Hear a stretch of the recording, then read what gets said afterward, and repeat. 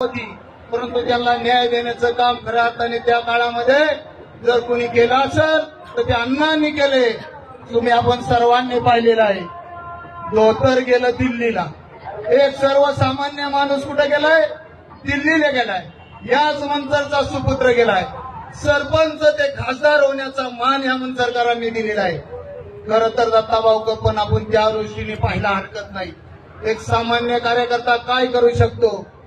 खरं तर पूर्वीच्या काळी तुम्हाला माहिती आहे का नाही मला माहिती नाही, खूप बदनाम केलं अण्णांना खूप तिकडनं खूप केलं.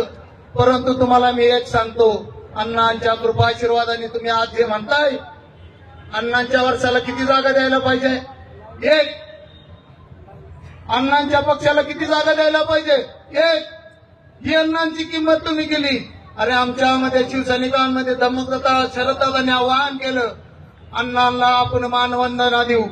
वंदना ताईला बिनविरोध निवडून देण्याचं काम हे शिवसेनेने केलं आहे. शिवसेनेने, राष्ट्रवादीने नाही, राष्ट्रवादीने आम्ही आवाहन केलं होतं, तुम्ही अपक्ष वंदना ताईचा फॉर्म ठेवा. परंतु आठ टाकली. असं जमणार नाही, तुम्हाला त्याचा त्रास होईल. अरे कसला त्रास? मोठेपणा कुठेतरी तुम्ही गाजवायला शिका. तुम्ही राज्याच्या राजकारणामध्ये काम करता आणि इकडे लोकांना फसवता. शिवसेनेला कुबड्या घ्यायला लागल्या नाही, कुबड्या तुम्हाला कुबड्या घ्यायला लागल्यात. शिवसेना ही तहाटपणाने स्वतःच्या मनगटावर, आंतरराष्ट्रीय शिंदे साहेबांच्या मनगटावर उभी आहे. सातत्यानं शिवसेना का सामान्य माणसासाठी काम करेल. खरं तर अण्णांना खूप प्रकारे आता काही उद्योगपती आहेत, सावध राहा.